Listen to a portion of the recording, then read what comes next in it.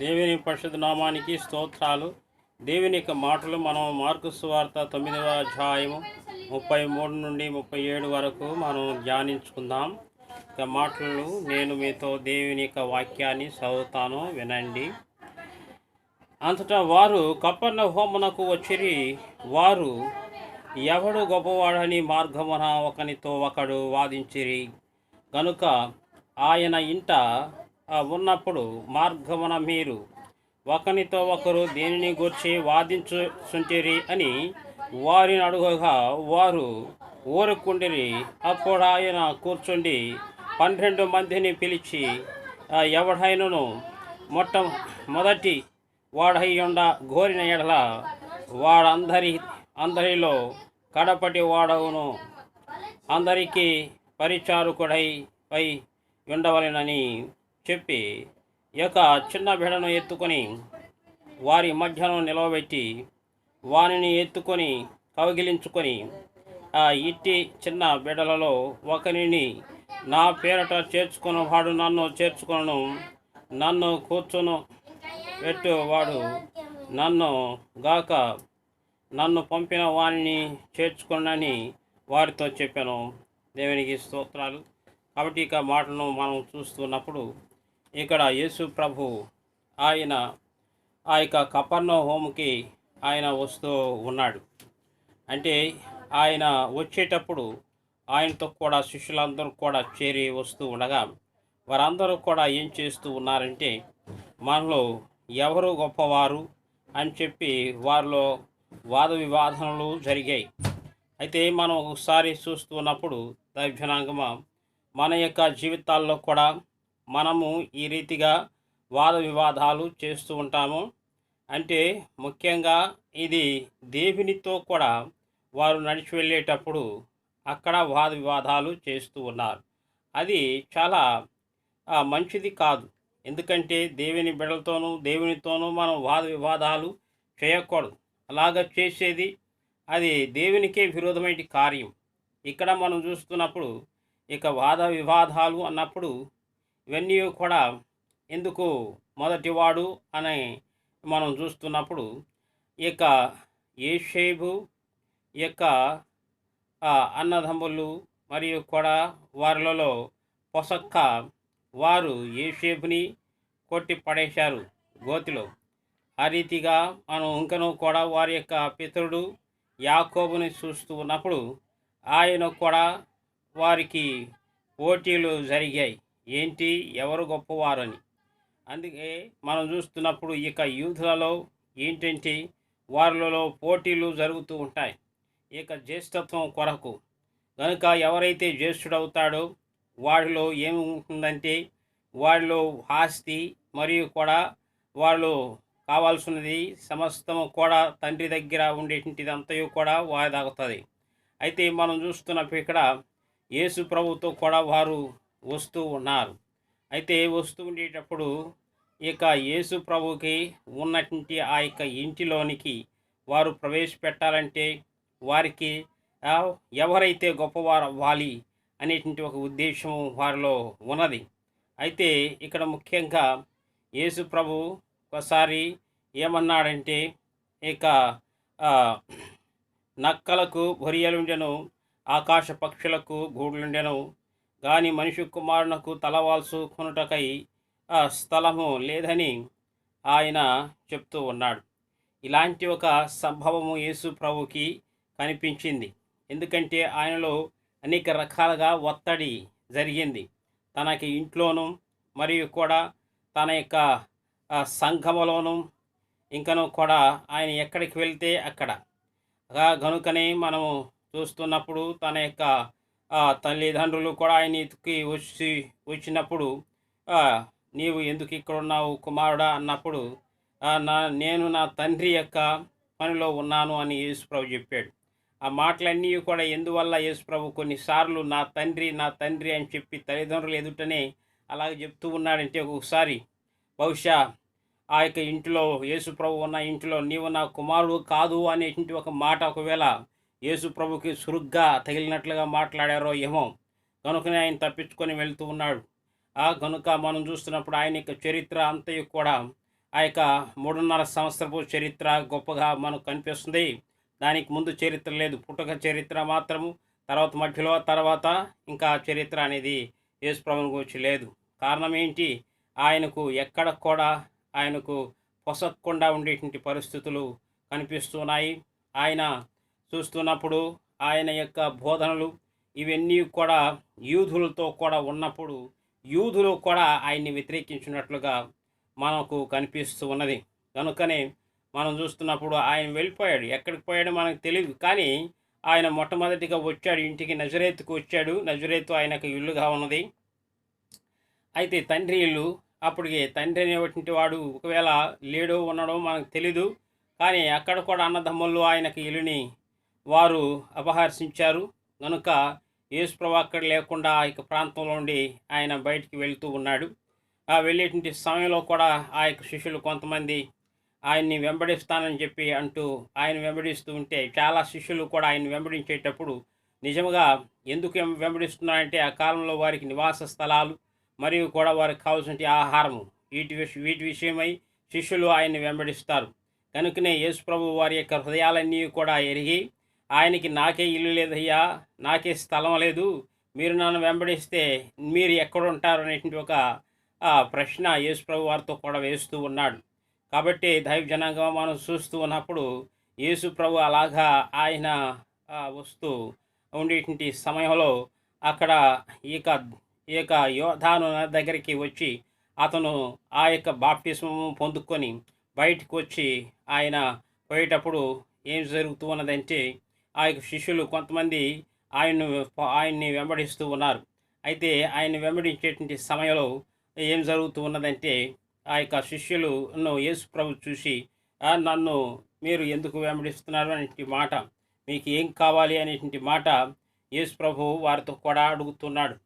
మనం చూస్తున్నప్పుడు యోహాను సువార్త 1వ అధ్యాయం 38, 39 వచనాల్లో అలాగా అడుగుతూ ఉన్నప్పుడు శిష్యులు యా అంటే రబ్బీ అంటున్నాడు.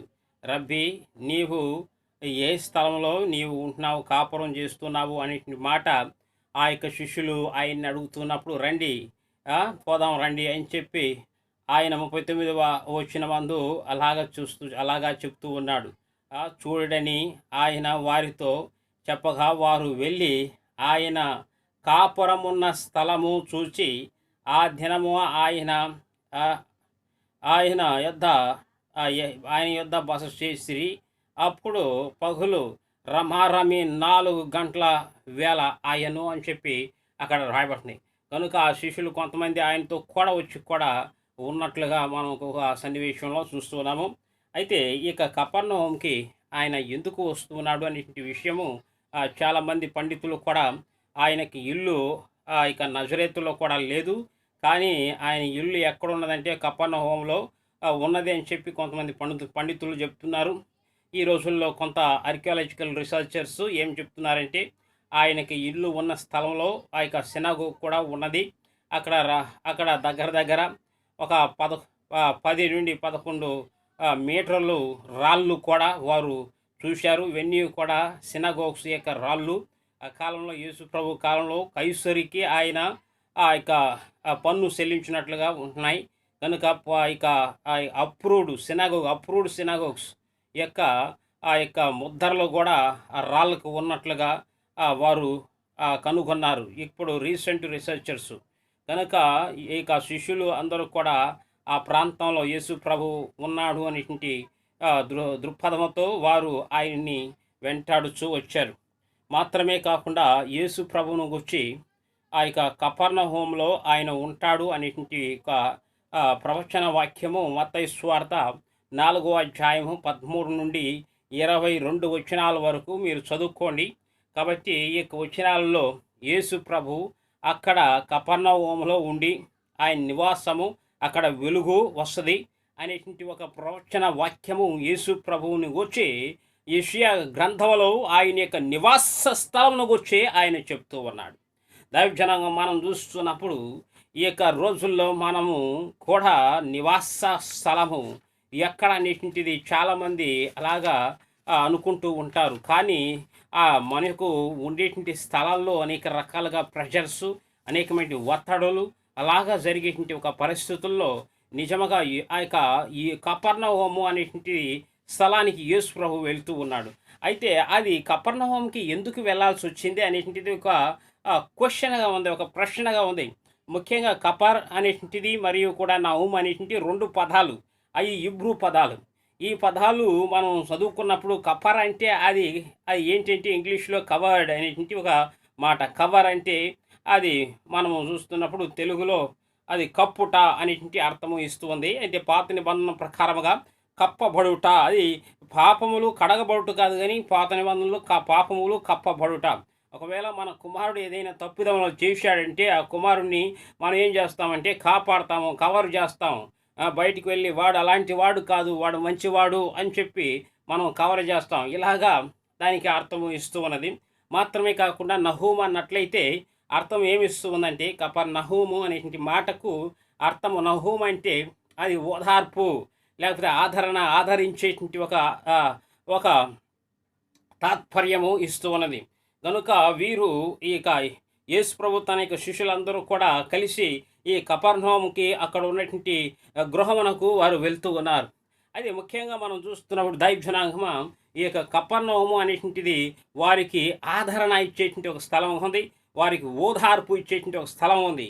వారు ఎక్కడెక్కడ అంటే ప్రెషర్ వారిలో ఉన్నప్పుడు వారిని అనేకులు ఒత్తిడి చేస్తూ ఉండేటువంటి పరిస్థితుల్లో వారు తప్పించుకొని వారు ఎక్కడికి వెళ్తున్నారంటే ఆ కపెర్నహూముకి వెళ్తూ ఉన్నారు.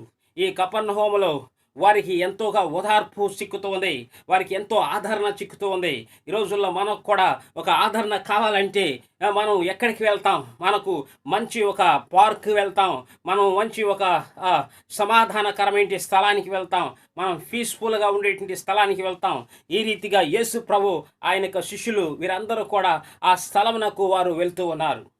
దైవజనంగా మనం చూస్తున్నప్పుడు ఇలాంటి ఒక పరిస్థితుల్లో కూడా యేసు ప్రభుకి ఏం జరుగుతుందంటే ఆయనకి ఎంతోగా ప్రెషరు చేస్తూ ఉన్నారు ఈ శిష్యులందరూ కూడా.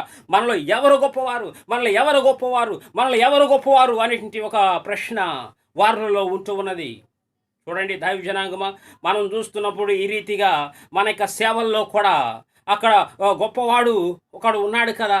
ఆ యొక్క గొప్పవాడు ఉంటే చాలదా? యేసు ప్రభు అక్కడ గొప్పవాడుగా ఉన్నాడు కదా. అయితే ఆయన్ని వెంబడించేటువంటి వారందరూ కూడా మేము గొప్పవారం కావాలి, మేము గొప్పవారం అంటే గొప్పవాడు ఇంకెందుకు? చూడండి, ఈ విధంగా మనం చూస్తున్నప్పుడు యేసు ప్రభుకి ఆ టెన్షన్ ఎక్కువగా ఉన్నది. అయితే ఈ యొక్క కపెర్నహూము అనేటువంటి స్థలానికి వెళ్ళినప్పుడు వారికి ఆదరణ, వారికి సమాధానము, వారికి ఎంతో సంతోషము.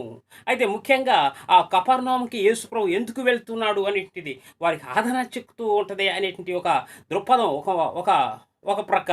అయితే ఇంకో ప్రక్క మనం చూస్తున్నప్పుడు అది యాక్చువల్గా యేసు ప్రభు యొక్క పితృడు యొక్క స్థలాలుగా ఉన్నాయి. యేసు ప్రభు యొక్క పితృడు ఆ స్థలములలో ఏలినట్లుగా ఉన్నది. అతను వీరు యూదా గోత్రపు వంశావళులు గనుక యూదా గోత్రపు వారందరూ కూడా రాజులుగా ఉన్నారు. గనుక యేసు ప్రభు యొక్క యూదా గోత్రంలో పుట్టినటువంటి ఒక వ్యక్తి నహూము అనేటువంటి వ్యక్తి, ఆయన పేరు ఆ స్థలమునకు నహూము అని చెప్పి పేరు పెట్టబడినది. ఎంతవరకు అంటే అది క్రీస్తు శకము 280వ సంవత్సరం వరకు దానికి ఆ యొక్క స్థలముకు ఆ పేరు ఉంటూ ఉన్నది. ఆ తర్వాత మనం అలెగ్జాండర్ చక్రవర్తి యొక్క ఇక వీరులు అంటే అలెగ్జాండర్ చక్రవర్తి చనిపోయాడు. ఆయన చనిపోయిన తర్వాత 4 సైన్యాలు బయలుదేరాయి.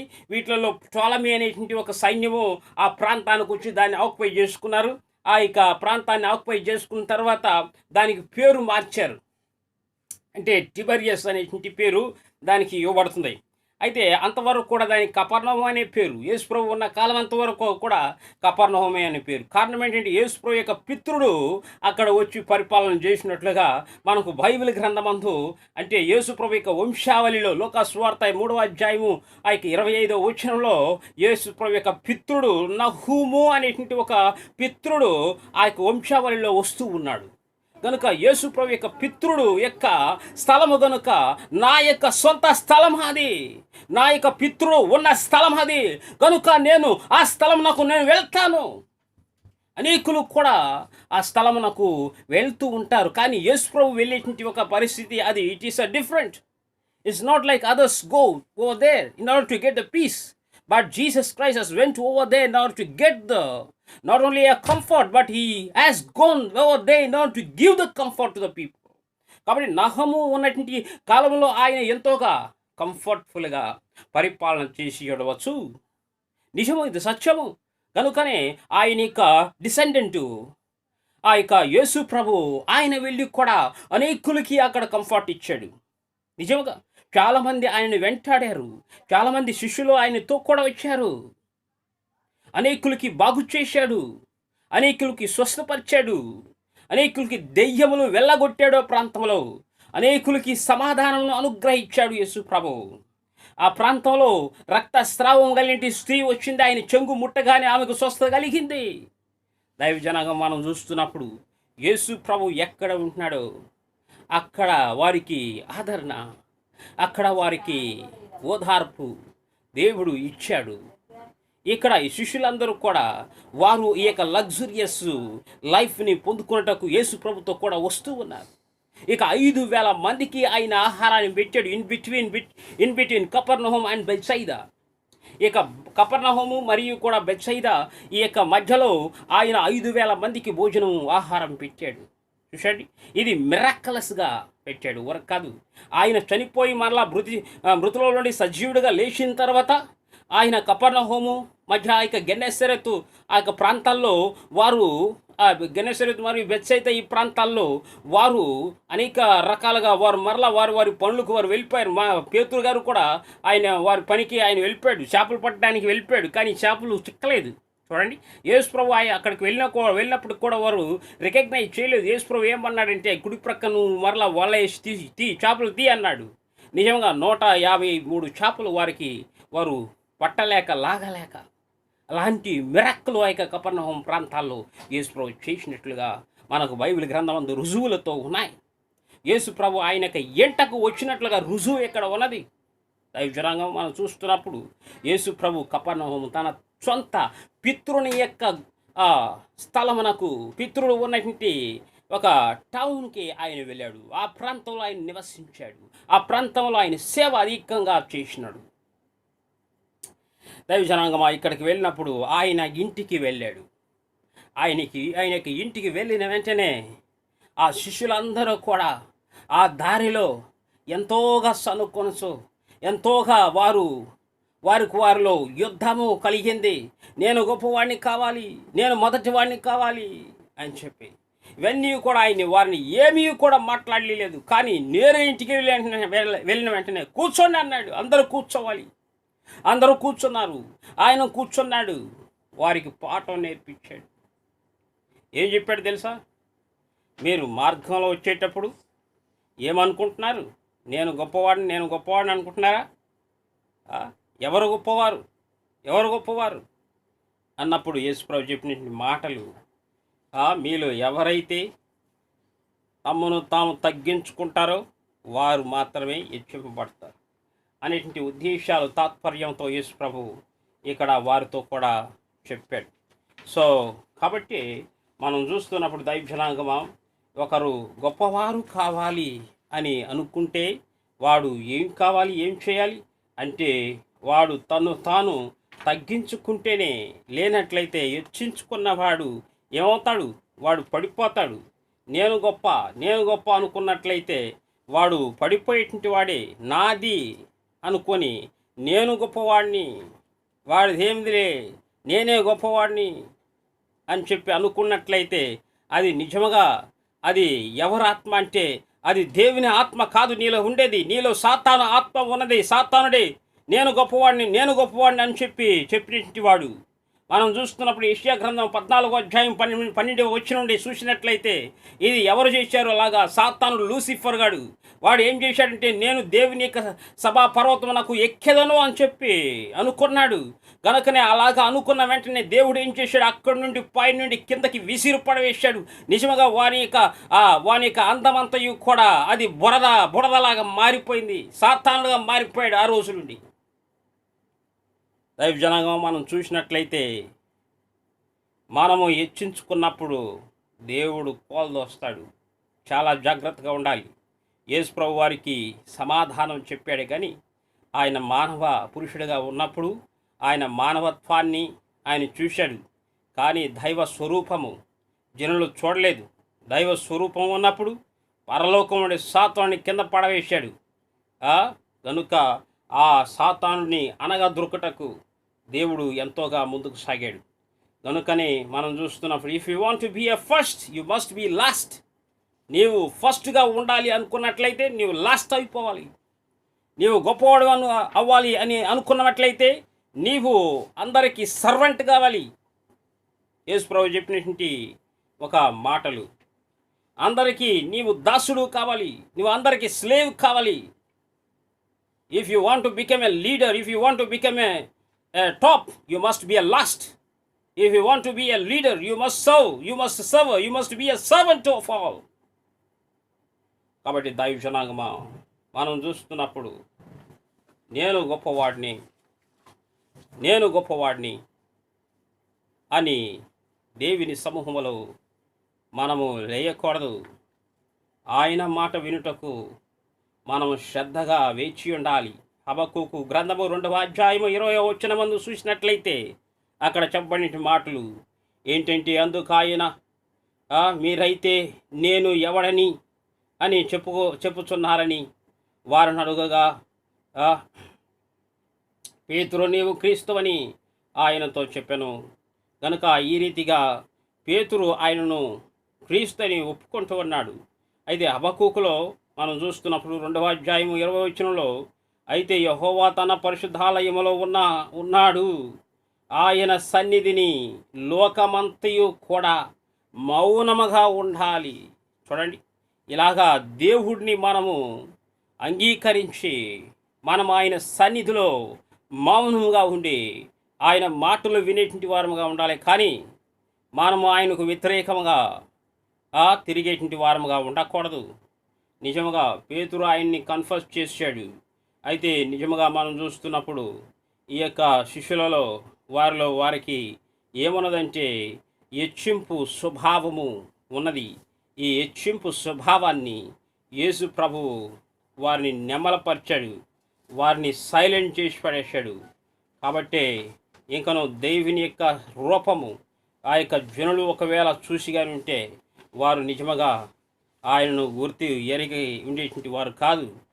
నిజముగా వారు యేసు ప్రభుతో కూడా ఎందుకు వెంటాడారు అంటే యేసు ప్రభుతో కూడా బస చేయొచ్చు, యేసు ప్రభుతో కూడా ఉన్నప్పుడు నేను భోజనం చేయొచ్చు. ఆ యొక్క భోజనం కోసం, స్థలము కోసము వారు గొప్పతనాన్ని పొందుకుంటూ ఉన్నారు. ఈ రోజుల్లో మనము కూడా ఈ రీతిగా ఉంటూ ఉంటాం.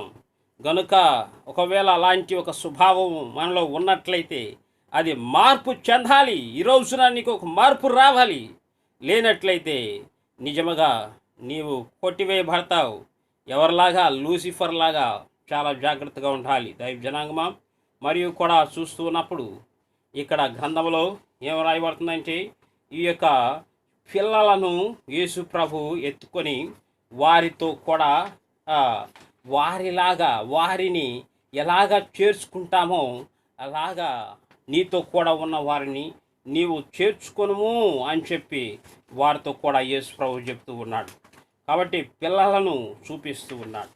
పిల్లల్ని ఎలాగ మనం ఎత్తుకొని వారిని ఎలాగ మనము ఓదార్స్తామో, వారు ఏడ్చినప్పుడు వారికి ఓదార్పును మనం ఇస్తాము. వారు ఏడ్చినప్పుడు వారికి అన్నం తినిపిస్తాము. వారు ఎక్కడికి తీసుకుపోమని నిన్ను పిలిచినప్పుడు అక్కడికి తీసుకు వెళ్ళాలి. ఇలాగా పిల్లల్ని నీవు గమనిస్తావు.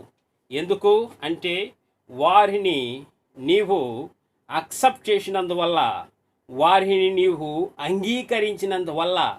ఒక్కొక్కసారి ఒక్కొక్కరు ఏం చేస్తారంటే ఈ యొక్క కొంచెం కష్టకరమైన హృదయం కలిగిన వారు ఏం చేస్తారంటే ఆ బిడ్డవాడు నావాడు కాదు, నేను ఎందుకు వాడిని చూసుకోవాలంటారు. Why? Because he doesn't accept the child. ఆ బిడ్డను అక్సెప్ట్ చేయట్లేదు, అంగీకరించట్లేదు. ఇలాగ మనం చూస్తున్నప్పుడు దైవజనాంగమా, మనము చిన్న బిడ్డలను ఎలాగ చేర్చుకుంటామో, ఎలాగ అంగీకరిస్తామో అంటే మనం దేవుణ్ణి అంగీకరించాలి. అదే రీతిగా మనము చూసుకునేటువంటి ఈ యొక్క జనాంగాన్ని మనం అంగీకరించాలి. కనుకనే వారికి మనం అన్ని సౌకర్యాలు చేస్తాం. కనుక ఈ రోజుల్లో ఇక రాజకీయ రంగాల్లో కూడా చిన్న బిడ్డలని చూసుకున్నట్లుగా ప్రజల్ని చూసుకుంటేనే వాడు రాజకీయ రంగంలో కూడా గొప్పవాడవుతాడు. లేనట్లయితే కోల్దోచబడతాడు. కాబట్టి దైవజనాంగమా, నీవు గొప్పవాడుగా ఉండాలంటే నిజముగా నీ జీవితంలో నీవు చేయవలసినది, నీవు మొదటివాడు కావాలంటే కడపటివాడికి కావాలి. నీవు ఒకవేళ గొప్పవాడివి కావాలని అనుకున్నావా, నీవు అందరికి కూడా పరిచర్య చేసేవాడుగాను అందరికి దాసుడుగా ఉండాలి. నీవు గొప్పవాడుగా ఉండాలని అనుకున్నావా, నిజముగా నీవు చిన్న బిడ్డలని చూసుకున్నట్లుగా ప్రజల్ని నీవు చూసుకోవాలి. దేవుణ్ణి అంగీకరించాలి. దేవుని అడుగు జాడల్లో నీవు నడవాలి. ఇలాగా ఉన్నప్పుడు నిజముగా నీవు గొప్పవాడవుతావు. లేనట్లయితే నీవు కోల్దోసబడతావు. నీవు లూసిఫర్ మారిగా పడదోసబడతావు. కాబట్టి దేవుడు మనల్ని ఈ యొక్క కపెర్నహూము అనుభవాన్ని, దేవుడు మనకు ఓదార్పు ఆదరణను, ఎవరైతే కొట్టబడి ఉన్నారో, ఎవరైతే తొక్కబడి ఉన్నారో, ఎవరైతే నలగబడి ఉన్నారో వారి హృదయాల్లో, ఎవరైతే టెన్షన్స్తో బాధపడుచు ఉన్నారో, మీకందరికీ దేవుడు కపెర్నహూము అనుభవం దేవుడు అనుగ్రహించునుగాక. దేవుడు నీ పితరులు నీతో కూడా ఉన్నాడు అని చెప్పి నువ్వు గ్రహిస్తావు. నిజంగా నీ పితరులు నీతో కూడా ఉన్నప్పుడు నీకు ఏం అనుభవం వస్తుందంటే, నీకు మంచి ఆదరణ అనుభవం నీకు దేవుడు అనుగ్రహిస్తాడు. నీవు రోగముతో బాధపడి ఉన్నట్లయితే నీ రోగము దేవుడు నిన్ను బాగు చేస్తాడు.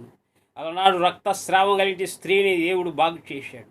అలనాడు ఆ సేనా దెయ్యాన్ని ఆయన దెయ్యమును తరింపరవేశాడు. హల్లెలూయా. ఆ రీతిగా నీ జీవితం మారిపోతుంది. దేవుడు ఒకవేళ నీవు దేవునికి వ్యతిరేకంగా లేచావా, దేవుడు నిన్ను అనగదీచేవాడుగా ఉంటాడు. కనుక ఏది కావాలని నీవు కోరుకోవు. నీవు తగ్గించుకొని దేవుని మార్గంలో నడిచావంటే నీవు బాగుపడతావు. నీకు కావలసిన ఆదరణ, ఆశ్రయం అన్నీ కూడా సర్వం దేవుడు అనుగ్రహించి నడిపిస్తాడు. దేవుడు మిమ్మల్ని దీవించి ఆశీర్వదించి బలపరిచి నడిపింపచేయునుగాక. ఆమేన్, ఆమేన్. ప్రార్థన చేసుకుందాం. సర్వశక్తుడా, కృపామయుడా తండ్రి, నీకు స్తోత్రాలు, వందనాలు. నీ బిడల ప్రభా, అయ్యా, ఆదరణ మరియు కూడా ఓదార్పు అనేటువంటి ఈ యొక్క కపెర్నహూము అనుభవాన్ని అయ్యా వారు అనుభవించే భాగ్యం దయచేయండి. అయ్యా, అదిగో నా ప్రభు, వారు హెచ్చింపు స్వభావంలో ఉండక వారు తండ్రి తగ్గింపు వారుగా ఉండి నాయకత్వాన్ని పొందుకునే బిడలగా వారిని ఆశీర్వదించి దీవించమని యేసు నామములో అడుగుతున్నాము తండ్రి. ఆమేన్, ఆమేన్, ఆమేన్.